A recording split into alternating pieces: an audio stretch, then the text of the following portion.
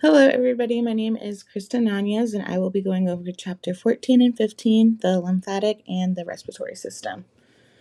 Okay, to dive right in, we will describe the general functions of the lymphatic system.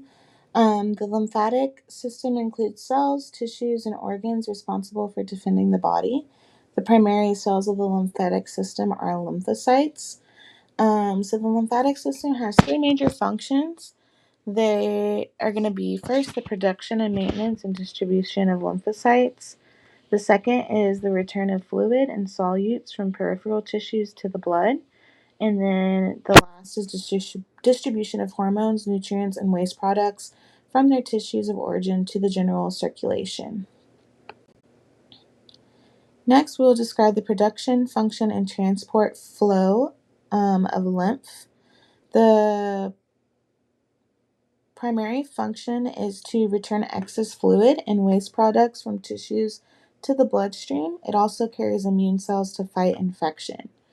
Lymph is fluid produced when excess interstitial fluid is collected by tiny lymphatic capillaries and tissues throughout our body. It is then transported through larger lymphatic vessels, which pass through the lymph nodes for filtration, and finally, they will drain back into the bloodstream through the thoracic duct and right lymphatic duct near our heart. All right, compare lymph, plasma, and interstitial fluid. So, lymph is essentially interstitial fluid that has entered the lymphatic vessels, which collects excess fluid and waste products from tissues to then return them to the bloodstream. Plasma is going to be the liquid component of blood within blood vessels. And then interstitial fluid is the fluid that surrounds cells in tissues. So, pretty much in summary, blood plasma, interstitial fluid, and lymph are distinct fluids in the body, differing in composition, function, and location. Now we will describe the major lymphatic ducts and their drainage area. So, the two major lymphatic ducts in the human body are going to be the right lymphatic duct and the thoracic duct. So, the right lymphatic duct drains the upper right quadrant of our body, which includes the right of the head, our neck, the chest, and arm. And then the thoracic duct drains the rest of the body, collecting lymph from the lower body, which is like our abdomen, the left side of the chest, and the left side of the head and neck. Here we will describe the location, histology, and function of lymph nodes. So what are lymph nodes? Lymph nodes are going to be small bean-shaped structures located throughout our body. They are primarily clustered in areas like our neck, armpits, and groin.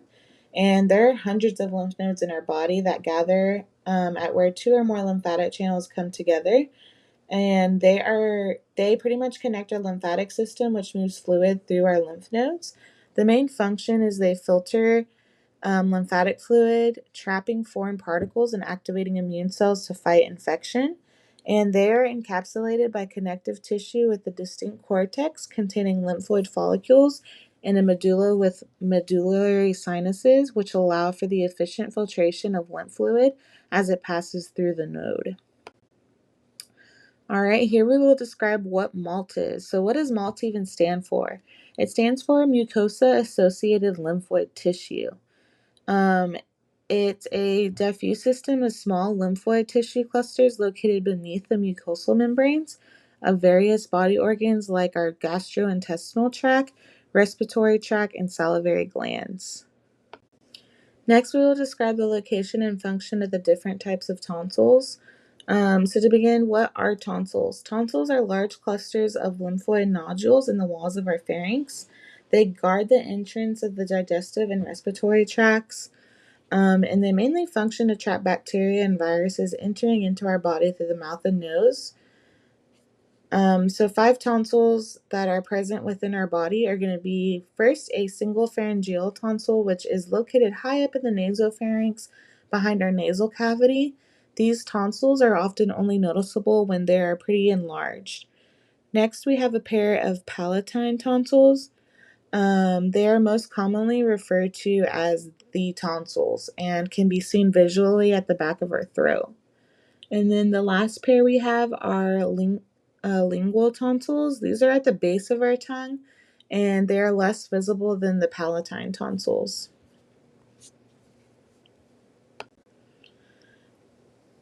Alrighty, next we are going to describe the location and function of the thymus. So the thymus is located in our upper chest behind the breastbone in between our lungs, and it functions to produce and mature white blood cells called T lymphocytes, which are crucial for the immune system to fight infections. Here we will describe the location, histology, and function of our spleen. So, the function of the spleen is to filter blood, remove old red blood cells, store platelets, and initiate immune responses against pathogens in our bloodstream. The spleen is located in the upper left quadrant of our abdomen, and it's positioned in between the stomach and the diaphragm and is a part of our lymphatic system. It consists of red pulp, which filters blood, and white pulp, containing lymphocytes for our immune response. Next, we will be describing the general functions of the respiratory system. So, the respiratory system consists of structures that are involved in physically moving air into and out of the lungs and also in gas exchange. So, the five basic functions are going to be providing a large area for gas exchange between air and circulating blood. It moves air along the respiratory passageways to and from the gas exchange surfaces of the lungs. It protects the respiratory surfaces from dehydration, temperature change, and even invading pathogens.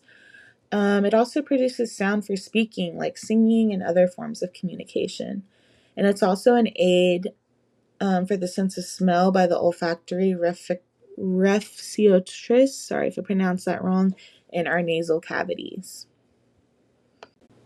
All right, next we will describe the processes associated with respiration.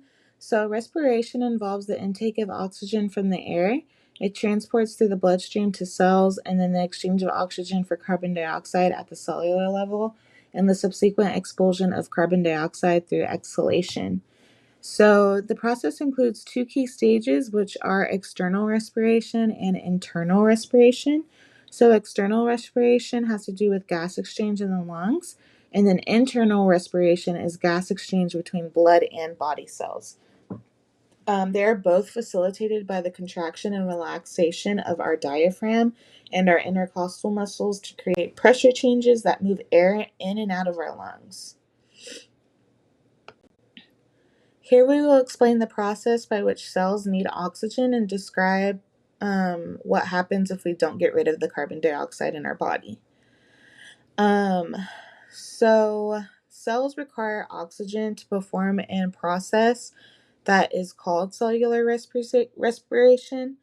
So what is cellular respiration? It's where they essentially burn glucose from food to generate energy needed for bodily functions. This process produces carbon dioxide as a waste product, which has to be removed from our body through breathing. If it isn't, a buildup of carbon dioxide can lead to a serious health complications and kind of like respiratory acidosis, and it could even lead to death.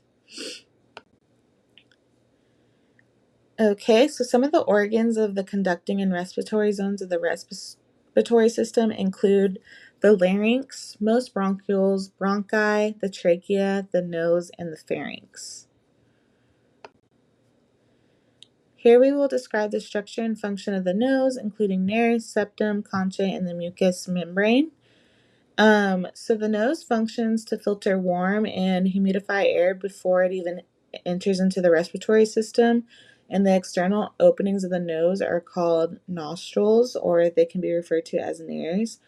The nose is a facial structure that contains two internal nasal cavities separated by a midline septum, which contains three bony projections called conchae, and they are all lined with the mucous membrane.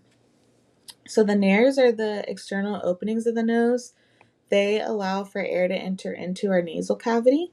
The septum is like a vertical partition bone and cartilage that divides the nasal cavity into two separate chambers. The conchae projects from the lateral walls of the nasal cavity, and it increases surface area for air conditioning and trapping particles. And then mucous membrane is a moist lining within the nasal cavity that secretes mucus. This helps traps dust and particles and contains cilia that moves the trapped debris towards our nostrils. Next, we will describe the function and location of the pharynx.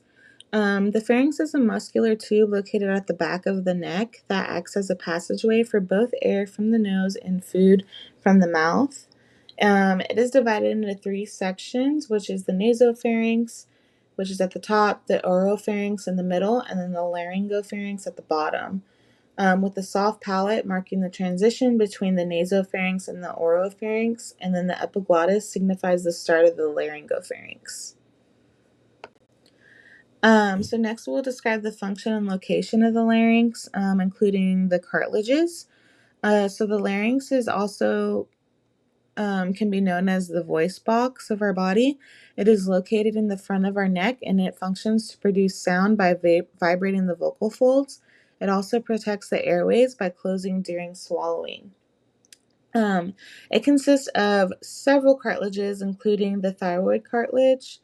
This is going to be the largest cartilage, which forms the Adam's apple, and then the cricoid cartilage, which is like a ring-shaped cartilage located below the thyroid cartilage, and then the epiglottis is going to be like a leaf-like cartilage that flops down to cover the larynx during swallowing, preventing food from entering into the airway.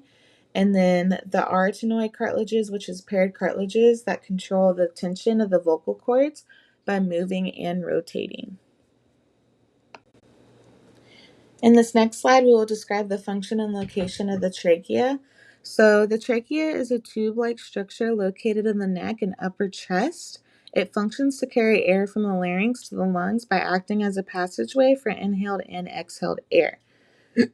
Its structure is supported by C-shaped cartilaginous rings. They prevent the trachea from collapsing during inhalation, while the inner lining is composed of a ciliated pseudostratified columnar epithelium that helps trap and remove foreign particles from the air through mucus production and ciliary movement. Here we will describe the function and location of the primary, secondary, and tertiary bronchi. All three of these levels function to carry air deeper into our lungs for gas exchange. So the primary bronchi are going to be the first branches of the trachea that enter into the lungs. They divide into the right and left main bronchi. And then the secondary bronchi is the further branch from the primary bronchi, and it supplies air to each lobe of the lung. And then lastly, the tertiary bronchi, it's the smallest branches of the bronchi. Within each lobe, it supplies individual bronchopulmonary segments of the lungs. Alrighty, to continue, we will describe the bronchioles, the terminal bronchioles, and the bronchial tree. So the bronchioles are tiny branches of air tubes in our lungs. The terminal bronchioles are the smallest conducting airways in the lungs and the last part of the conducting zone before the respiratory bronchioles. And then the bronchial tree is composed of the trachea, the bronchi, and the bronchioles that transport air from the environment to the lungs for gas exchange. Here we will describe the structures associated with the respiratory zone. So the respiratory zone of the lung includes the alveolar duct, the alveolar sac, and the alveoli. This is where gas exchange primarily occurs. So the alveolar duct is a small tube that branches off from the terminal bronchiole and leads to a cluster of alveoli. The alveoli themselves are going to be tiny grape-like air sacs where gas exchange takes place between the air and blood capillaries. And then the alveolar sac is a collection of alveoli grouped together. So, to kind of remember the structures associated with the respiratory zone, you can think of the phrase respiratory bronchioles, alveolar ducts, and alveoli. And an acronym could be RBADA. So these are key components where gas exchange occurs, making up the respiratory zone deep within our lungs. And then you can kind of think about the R in that acronym as an RBADA. It stands for respiratory. So that helps you kind of remember that the key structures are involved in gas exchange. Next, we will be talking about the three cell types in the alveolar wall. So the first one is type 1 nucleocytes. These are going to be thin, flat cells that make up the alveolar surface and are responsible for gas exchange due to their thin structure. The next is type 2, which is pneumocytes. These cuboidal cells are scattered among type 1 cells and they produce something called pulmonary surfactant. So, this is a substance that reduces surface tension in the alveoli and it prevents them from collapsing. The third cell type is the alveolar macrophages. These are large phagocytic cells that roam the alveolar lumen and engulf debris, dust particles, and bacteria that may enter into our lungs. Here we will describe the respiratory membrane. So the respiratory membrane is located within our lungs, specifically within our alveoli. It functions to facilitate the diffusion of oxygen from the alveoli into our bloodstream and carbon dioxide from the blood into the alveoli. It consists of the alveolar epithelium, which is a basement membrane, and the capillary endothelium. These are all thin to allow for efficient gas exchange. All right, in Next, this slide, we describe will the describe the location of the location of the lungs and the lungs associated and the pleura. pleura.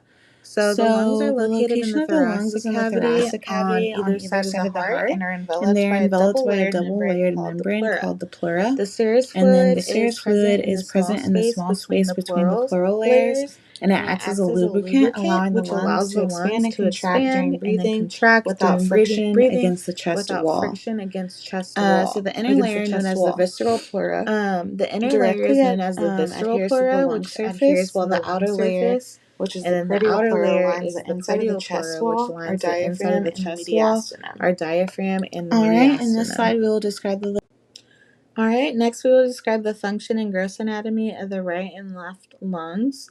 So the right and left lungs are primarily organs of our respiratory system. The right lung has 3 lobes, while the left has 2. They each are separated by fissures. So the function of the lungs is to is responsible for gas exchange, which takes in oxygen from the air and releases carbon dioxide into it. They are cone shaped with a superior apex that extends into the neck, and then a flat inferior base resting on the diaphragm, and the left lung uniquely features a cardiac notch. This is an indentation to accommodate for the heart's position. Next, we will define pulmonary ventilation. So, this is the process of air moving in and out of the lungs, pretty much meaning breathing. So the relationship is that the volume of the lung increases and the pressure inside the lung decreases, and then vice versa. It allows air to flow into the lungs during inhalation and out during exhalation due to pressure gradients. All right, here we will describe the following lung volumes and their capacities. So tidal volume is the amount of air inhaled or exhaled during a normal breath. Expiratory reserve volume is the extra air you can push out beyond a regular breath. And then inspiratory reserve volume is the extra volume of air that can be forcefully inhaled beyond a normal tidal volume. And then inspiratory reserve volume is the maximum amount of air that can be exhaled after a maximal inspiration. All right, calculate pulmonary ventilation rate. So, pulmonary ventilation rate, known as PVR, is the amount of air that moves in and out of the lungs per minute. And it can be calculated using this formula, which is PVR equals tidal volume times the breathing rate. So, what do we use PVR for? So, PVR can be used to assess fitness levels and diagnose respiratory diseases. It can even be measured using a spirometer. Okay, so next we will define the partial pressure and list partial pressures for the gases in the lungs and the peripheral tissues. So, partial pressure is the pressure exerted by a specific gas in a mixture of gases. Partial pressures of the gases in the lungs are going to be oxygen and carbon dioxide. So, oxygen approximately has 100 mmHg, and then carbon dioxide is approximately 40 mmHg. And then partial pressures of gases in peripheral tissues, oxygen is approximately 40 mmHg, and then carbon dioxide is about 45 mmHg. All right.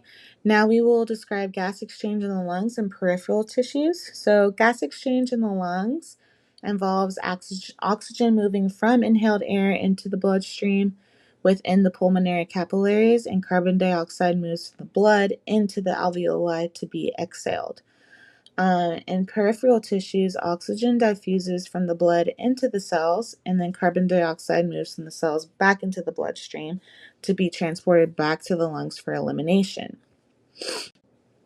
Here, we are going to describe the transport of oxygen in the body. Oxygen is transported throughout the body by red blood cells. They contain a protein that is called hemoglobin that binds to oxygen molecules and carries them from the lungs to the tissues where they are released. This process happens through the circulatory system, with the heart pumping oxygen-rich blood to the body's cells. All right, in this next slide, we will talk about the transport of carbon dioxide in the body. Carbon dioxide is transported in the body primarily through the bloodstream, where it moves from tissues to the lungs for exhalation. So, when CO2 levels rise, the medulla stimulates increased breathing to expel more CO2 and maintain blood pH balance. Here we will explain the control of respiration by the medulla oblongata. So the medulla oblongata controls respiration. It acts as the primary respiratory center by detecting changes in blood and carbon dioxide levels through chemoreceptors. And then it sends signals to the respiratory muscles to adjust breathing rate and even the depth. Alrighty, guys, that concludes my presentation for these two chapters. Thank y'all.